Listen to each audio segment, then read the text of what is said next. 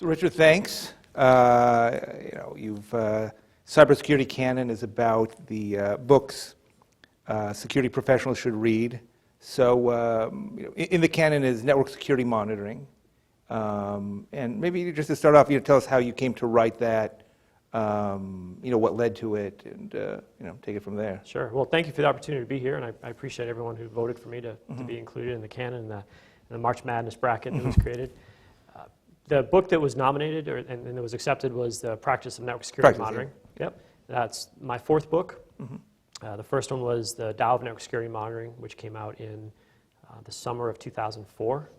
And then I had Extrusion Detection the following year, Real Digital Forensics with Keith Jones and Curtis Rose, also in the fall of that year. So I had a busy 2004, 2005. And then I had a nice 8-year break where I promised myself I wouldn't write again, but I did, and that's when I published The Practice of Network Security Monitoring. Okay. In the book, understanding, what's going on in the network, what's transpiring. If the NSA had, everyone at the NSA read your book, would they have had a Snowden? Or how could monitoring have helped them? I mean, Snowden's an extreme example, but there's a lot of non-extreme examples all across corporate America. So how could the NSA have avoided a Snowden, and what does it mean for the rest of corporate America? Well, the NSA is one of the places that I would say does have a good security program, and they were beaten by probably the toughest part of any security program, which is the insider, and particularly the insider who's a sysadmin who has elevated privileges. Their culture very much is once you're inside the walls, you're trusted.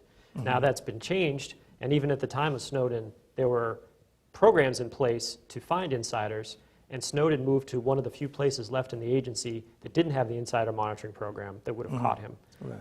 So the NSA, I think they have their act together. There are plenty of other places, though, that simply having something like a sensor that watches the network, and even if you don't look at it, if you're simply collecting data such that consultants can look at it later, that's a wonderful starting point for an incident response company or just as a jumping off point for your security program.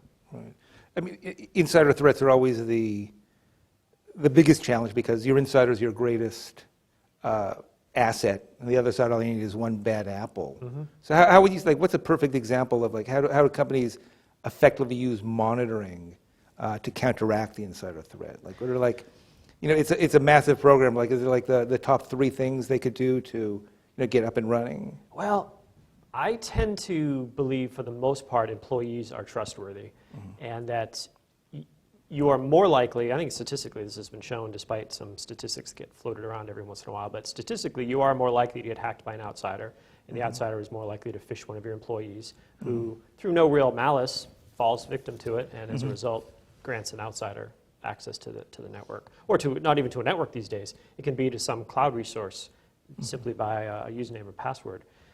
So I don't necessarily put a lot of emphasis on insider programs because I think at the end of the day, if I were to make priorities, the malicious threat actor from the outside is still the one I worry about the most. And if you tend to get your act together around that, then you can start looking at insiders. And even then, what I would recommend is don't have your security team look for insiders. You should have a separate team, probably under legal, that does fraud, waste, and abuse and insider monitoring. And then the security team focuses more on the external threat. Because you really don't want to have this perception that I read your email. If you ever see your security team wearing those T-shirts, you need to pull them off and burn them because it just sends the wrong message to the user base. Interesting. I mean, monitoring is it's a huge science. One of the ironies in modern aviation is that there's been a number of high-profile accidents. There was an Air France accident. There was the Colgan accident in Buffalo, where automation got in the way of piloting skills, and those were extreme examples, and people died in that. So with monitoring, it's relatively easy to deploy hardware and software, but how do you get a program in place so you have the human element, as is in aviation, is the ability to fly the plane, and so within security, how do we get the people not just to deploy the tools, is how do they make sense of these mountains of data? Yeah. Well, you've hit the nail on the head. You need to have not just hardware or software. You need an operational model, and network security monitoring isn't even strictly network centric. It's defined, or I defined it with Bam Vischer back in 2002 as the collection, analysis, and escalation of indications and warnings to detect and respond to intrusions. So it's an operational model. It says that you've got hardware and software that collects, you've got processes that analyze, and then you've got people that take the outputs and escalate. So you've got to have all three of those. Right. And it's one of the reasons why when you take a look at something like the kill chain or any of these other models where you want to look for weaknesses, at each stage of the kill chain, you don't just want to say, well, we didn't have a tool here, that's good or bad. You need to say we had a tool, process, and a person. And all three of those have to be green to even have a chance. It can't just simply be, well, we have a proxy, so that takes care of this, and we have a firewall, so it takes care of that. Right. Do you have any like metrics around at what point, like employee-wise, does a organization need a person dedicated to monitoring? Meaning after X hundred employees at point, and sort of a segue from that is at what point, does it make sense to outsource monitoring? So sort of like two different questions, but there is an overlap there. So. Well, years ago, I did some research when I was at GE trying to figure out what the economics of this look like. And it seemed that you don't get to any scale until you get to 10,000 employees. And at that point, you can afford one. Wow. So when I had a company a GE of over 300,000 employees, I could, using 30 people, which eventually we had 44, but I could pretty much pay for 30 people given that scale. But as you can imagine, companies, there are hundreds of thousands of companies that are below 10,000 people. And in some sense, each one of those should have someone whose job it is to at least have security. There's so many companies that don't even have security. Maybe they don't even have a technology person. And that's the case where you probably are better off not just, I would say, outsourcing security, but relying heavily on a good cloud provider. Like there are hardcore security people who say, oh, you should never have your email in Gmail or something like that. I think you absolutely should use Gmail as your email provider because they give you, there's a great threat intel team behind that. There's great product security people behind it. They can afford to pay salaries for the best people. They have a culture of security. So it makes all sense in the world, I think, to outsource something critical like email in that sense. But I wouldn't put it out to like the lowest cost bidder necessarily. Right. So I think that actually that's funny. I think it was Alan Shepard when he was in one of the early Apollo flights. He says as it was taking off, he realized the rocket was built by the lowest bidder. Yeah. But with that is your book had sort of a traditional was pre-SaaS, pre-cloud.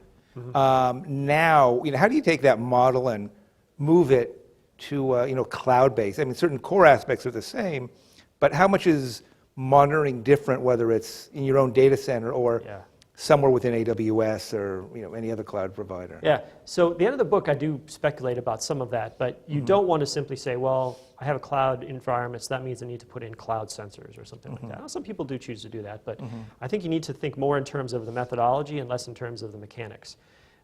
In that respect, you're looking for indications and warning. So the question would be, well, what can I watch to determine when something bad is happening? And that was the metric I used when I was CISO at Mandiant, was we can introduce a new service into the company only when I can tell that someone is abusing it.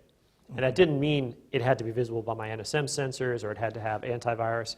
I simply had to have a way to know if someone is abusing this resource, how can I tell? And maybe in that case it was authentication based, or maybe it was some type of integrated logging built in the service that I could activate. One of the things I like to do periodically is compare my different credit cards and say which one of these credit card providers offers the best logging and instrumentation. I've got some that I can say every time the credit card is used overseas, at a gas station, for an arbitrary amount, whatever, or when it sees something odd, it tells me.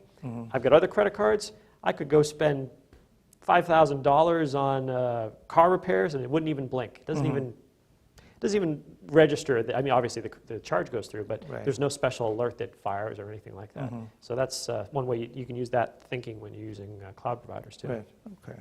Yeah, that's a good example. I mean, the financial model mandates to a degree is you need good security because it's the card vendors know that there's significant vulnerabilities there. Is that and it's a cat and mouse game with that. Is that they know what the adversaries are looking for, and they try to work with those those thresholds. Well, I think that putting a lot of that, not responsibility, but opportunity in the hands of the user is key. Just today I got an email from my primary credit card saying, we noticed that this charge was more than the last time. Is everything okay? And you just click everything's okay or no, there's a problem. Right. So Now, it doesn't do that every time. I may get, maybe one of those every few weeks, but that's clearly tolerable, and I can say, Right. yep, everything's okay, or no, I wasn't in Tahiti, or wherever Right. An alert may have come from. Yeah.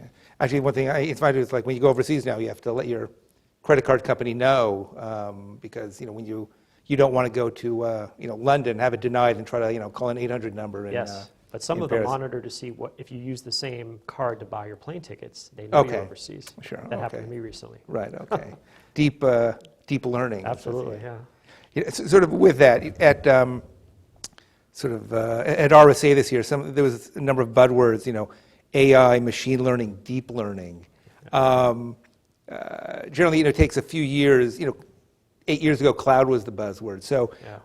AI, machine learning, deep learning. What do those mean today for network security monitoring, and what's that going to mean in, asking you to put on your look into your crystal ball in 2 years, 5 years, 10 years. Yeah. What is? Are networks going to be that smart that it's going to alert us that a threat's in progress, or you're likely to have a threat based on these deployments, these protocols? Yeah, it could be. I see it as just an evolution of the middle part of collect, analyze, escalate. So you've always got products, systems, processes, potentially outsiders providing collection. Then there's an analysis piece, and all those new buzzwords plug into the analysis piece. And then at the end of the day, you need to reverse and escalate and validate whether or not that's real. And if it's a problem, you escalate and do something about it. If you realize it's not a problem, okay, you feed that back into whoever developed the algorithm, and hopefully they can modify it for you. Okay. Do you see this? I mean, these are in 2017. Are these? How much on the hype meter is this, and how much on the real value meter is there?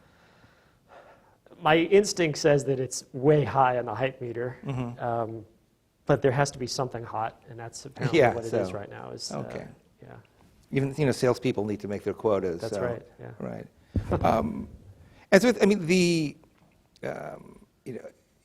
I think just booting up, Windows creates, 3,000 log entries, something like that. So just in a large enterprise, you could have, millions of alerts, on any given hour. I mean, there's, gigabytes a day. With that, like, what is, there's infinite number of things you could monitor. If Richard's top 3 list. Like, historically, what are the big 3, big 5 things that, these are things I want to look for?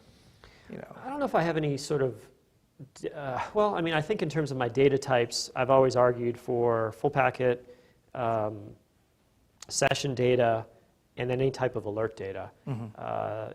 Within this specialized, like in the 4th book, I introduced some other forms of data, like transaction data, for example. DNS is a transaction-based protocol. It's going to be clear text, so you can grab that. I think that's a high-value data source there. I think any type of authentication logs are probably another high-value source, because at the end of the day, every intruder is trying to get away from whatever method they use to get into your environment, and they want to switch over to credentials as fast as possible, because once they're imitating a person, they blend in with everybody else. Right. So probably anything that's involved with authentication is helpful. And then as much of the other stuff that you can grab, because the thing with high-end intruders is you never know. With what the? With high-end intruders, Okay. You never know how they're going to get you. There's such an asymmetry, not of skill necessarily, but of interest in a particular method, that the best way I found to deal with that is going back to what the NSA said.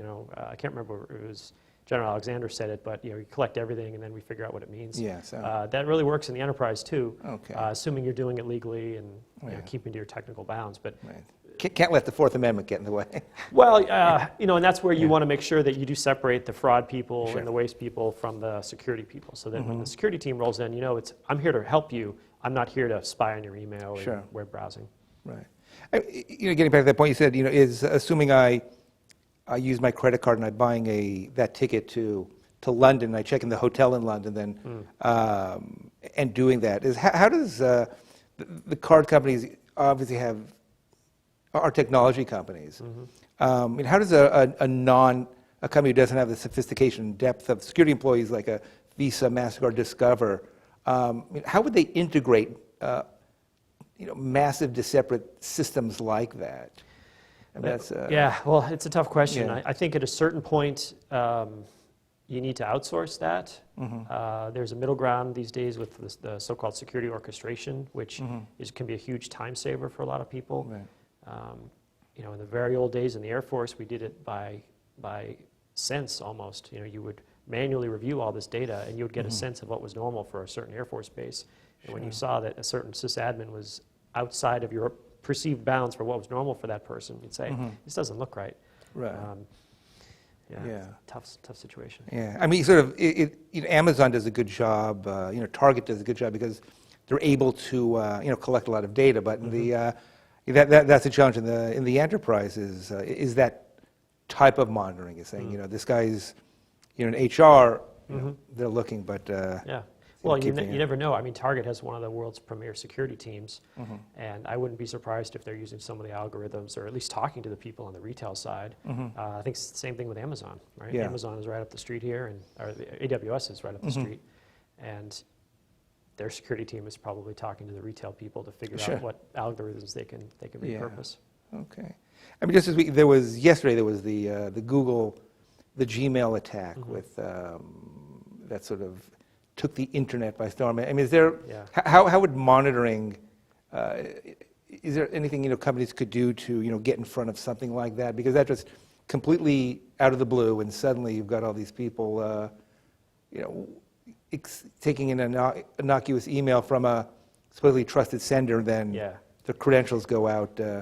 Well, you got to remember, there's always going to be that patient zero who, if you have the bad fortune to work at a place that is not really defending itself, and you're the first one to see an attack, you're probably going to be toast. There's really nothing you can do about it. Sure. There are a few places in the world, the Lockheed Martins and some of these other companies, that they are constantly seeing the newest stuff, and so they have postured for decades at this point, or over 10 years at least, to deal with those high-end threats. So potentially when they see something new come in, they can handle it. Right. But for the rest of us, you kind of have to hope you're not the first one, and that you're working with vendors who can use their scale so that when patient zero gets something, and then that learning goes out to the rest of it. Right. There are a few cases. I have friends who work at FishMe where they have browser plugin, or not browser plugin, but say an Outlook plugin, that when someone gets a phishing email, it's none of this, copy and paste the headers into an email and send. No, they hit a button and say, report this as phishing, just as you would in Gmail. Okay. And if their statistics have shown that many times you can get that notification from patient zero in the company fast enough to protect the rest of the company. Okay. And if you scale that up, obviously, to the whole security ecosystem, potentially you can defend yourself. Let alone just having people be smarter about what looks good and what looks bad. Okay, cool. So after 4 books, definitely, when's number 5 coming out? So. Well, I'm not working on any more security books. Oh, no. I am currently editing a book on combat mindset. The book is written by an Israeli and a Norwegian, and the book is in English. Okay. So I'm currently making it the best English I can. Okay. There may be a small credit for me somewhere inside the pages. It's not something you'll be able to search for my name and find. Right. But that's my current project. Okay. Interesting. I mean, it is it's InfoWar. So there is that, combat mindset. So it does, lend itself to that. Yeah. I mean, the book is about handling stress. So, okay. And there are few jobs as stressful as that of a security person, incident responder. We talk about incident fatigue. Sure. Yes. And there are plenty of exercises in this book that I've used before to deal with stressful situations and calm myself. Yeah. Who was it? I think Gal Sponser at RSA 2 years ago. He had a session on stress in the information security industry. It's it can be relentless because it's a never-ending battle. The adversaries are. No one's retiring. No one's going to sleep at night. So there is it's constantly a new battle. So if a person doesn't deal with that stress, they you get InfoSec burnout. That's not Sure. a good thing. So Well, there are people too, and you see this with high-end campaigns over time. People wondered, when Mandy and we released the APT1 report, how'd you guys figure this out? Well, guess what? When you get a team that's been working for 7 years straight, they make mistakes. They forget to route their traffic back through one of their proxies or their deception infrastructure, and they go straight back to Beijing or to Shanghai or wherever it is, and boom, we got them. Sure. So sometimes you can leverage that fatigue for your purposes as well. Okay. That's I mean, it's all. There's a lot of cases like that. Is that you just need that, one slip up, and then capitalize on that. Sure. So. OPSEC is Right. terrible. It's a tough battle. Yeah. Any advice to someone who wants to get into writing a book? Any do's and don'ts from a combat-hardened InfoSec book veteran? I would say start small. So start by having a blog and writing, a few paragraph blog pieces to get used to what that's like. Volunteer to write articles for Dark Reading or other places. Get some experience there. Once you start doing that, you'll attract the attention of the book publishers who might say, hey, you've got an idea, would you like to turn that into a book? Same thing can happen with speaking and doing talks at Black Hat and such. The self-publishing route is a viable option. However, you need a good editor. Most authors need good editors. Sure. I was very thankful to Bill Pollack at No Starch. He was a ruthless editor for this book, and it benefited from that. Right. And then finally, just beware of whatever contracts you sign. You want to make sure that you're comfortable with whatever language is in that contract. Right, so. Okay. Thank you. Yeah, thank you for the opportunity. Okay.